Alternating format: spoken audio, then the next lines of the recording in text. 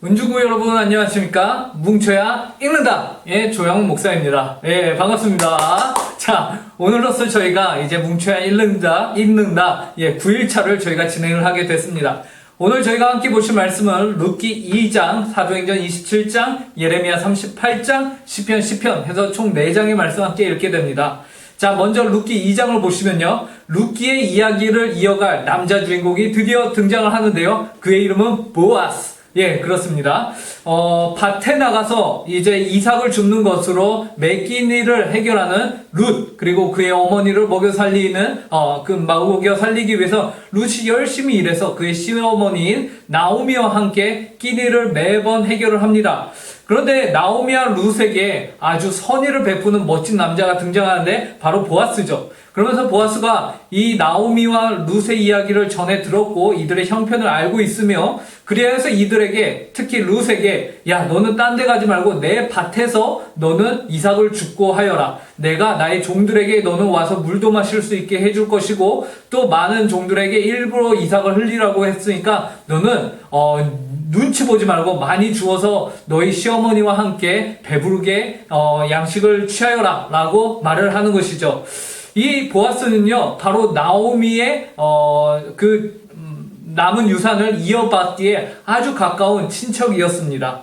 그래서 하나님의 백성은 하나님께서 먹여 살리신다라는 것이 아주 구체적으로 등장을 하며 그리고 이렇게 하나님은 큰 그림 안에서 룻이 비록 어떻게 보면 형편으로는 굉장히 힘든 인생의 절망 가운데 있지만 그럼에도 불구하고 하나님께서는 이런 보아스와 같은 멋진 남자를 준비해 놓으셨다라는 것을 통해서 우리가 신앙의 위대한 발걸음을 하나씩 걸어갈 때 하나님께서 우리의 인생을 책임지신다라는 사실을 또한 볼 수 있습니다. 자, 사도행전 27장으로 넘어가 보겠습니다. 사도행전 27장에서는요 이제 드디어 바울이 로마로 압송되어 가는 그 과정을 그리고 있는데요. 배를 타고 로마로 가는 도중에 바울의 말과 선장의 말이 서로 다릅니다. 바울은 이쪽 길로 가면 너무나도 안 좋을 것 같은데 근데 선장은 무슨 말이냐 내가 여기서 배의 일을 한 게 얼마나 된대 이쪽으로 가자 해서 백부장 바울을 이제 끌고 가는 군대장인 백부장은 선장의 말을 듣죠. 그런데 어떻게 됩니까? 풍랑 속에 선장의 말대로 따랐다 풍랑 속에 배가 완전히 이러지도 못하고 저러지도 못하고 그래서 이들이 난파되기 전에 모든 짐을 버리고 어떻게 하나 하고 떨고 있을 때 바울이 멋지게 말하죠. 나는 하나님의 사람인데 내가 로마에 가서 복음을 전해야 하기 때문에 이 배는 결코가 아니라 반드시 로마까지 가게 된다라고 말을 합니다.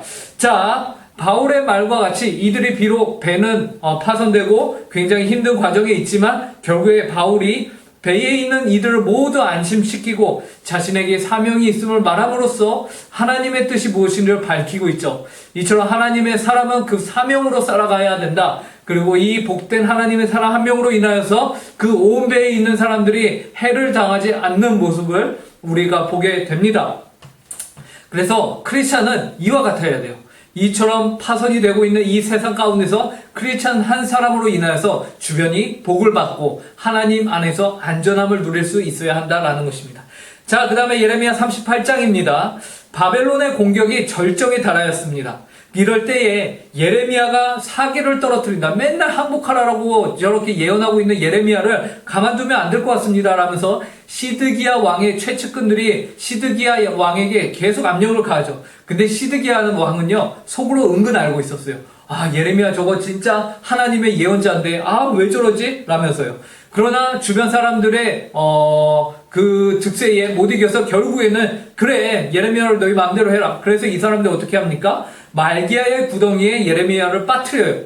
그런데 그 구덩이에는요 물이 없고요 완전히 버문만 있습니다. 그리고 그곳에서 이제 굶어 죽게 될 것이에요. 이 상황을 모두 알고 있는 시드기야의 또 다른 종이 에벳 멜렉이라는 종이 어떻게 합니까? 시드기야 왕이시여 이것은 옳지 않습니다 라고 말하면서 몰래 예레미야를 시드기야 왕이 명령해서 그 명령을 받고 누구도 모르게 예레미야를 몰래 건지죠. 그리고 예레미야와 시드기야가 몰래 만납니다. 그러면서 시드기야가 야 진짜 진실되게 나한테 얘기해봐. 하나님이 뭐라고 말씀하셨어? 시드기야가 말하죠. 항복하면 살고 똑같아요. 저항하면 죽는데요. 그런데 왕이시여 항복하십시오. 왕이 항복하시면 왕의 가족들은 안전합니다. 라고 말해요.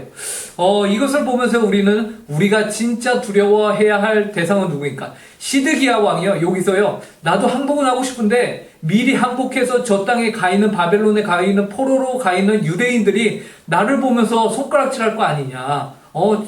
처음에는 항복 안 하다가 저 봐라 하면서 나를 손가락질하고 난 그게 너무 두려워. 너무 쪽팔려. 라는 것이. 그러나 우리가 진짜 두려워해야 할 대상은 누구일까요? 바로 하나님 한 분입니다. 이 사실을 또한 오늘 본문을 통해서 우리에게 알려줍니다. 자, 마지막입니다. 시편으로 넘어가겠습니다. 시편도 시편 9편과 동일하게 히브리어 알파벳을 따라 지은 시편이에요. 그런데 9편은 감사에 대한 내용이 쭉 연루되어 있다면 이제 시편은 비판시입니다. 비탄시예요. 하나님 내가 못 살겠습니다 라는 거예요. 왜요? 의인들이 무고하게 고난을 당하는 내용들이 너무나도 많기 때문이에요. 그래서 그것을 시편으로 막 적었어요. 하지만 결론은 무엇으로 끝나냐? 그러나 결국에는 여호와께서 일어나서 심판하시는 역사를 이제 고백하고 있는 것입니다. 자, 그럼 오늘 하루도 뭉쳐야 있는다. 함께 말씀으로 승리하는 하루가 되시길 간절히 바랍니다.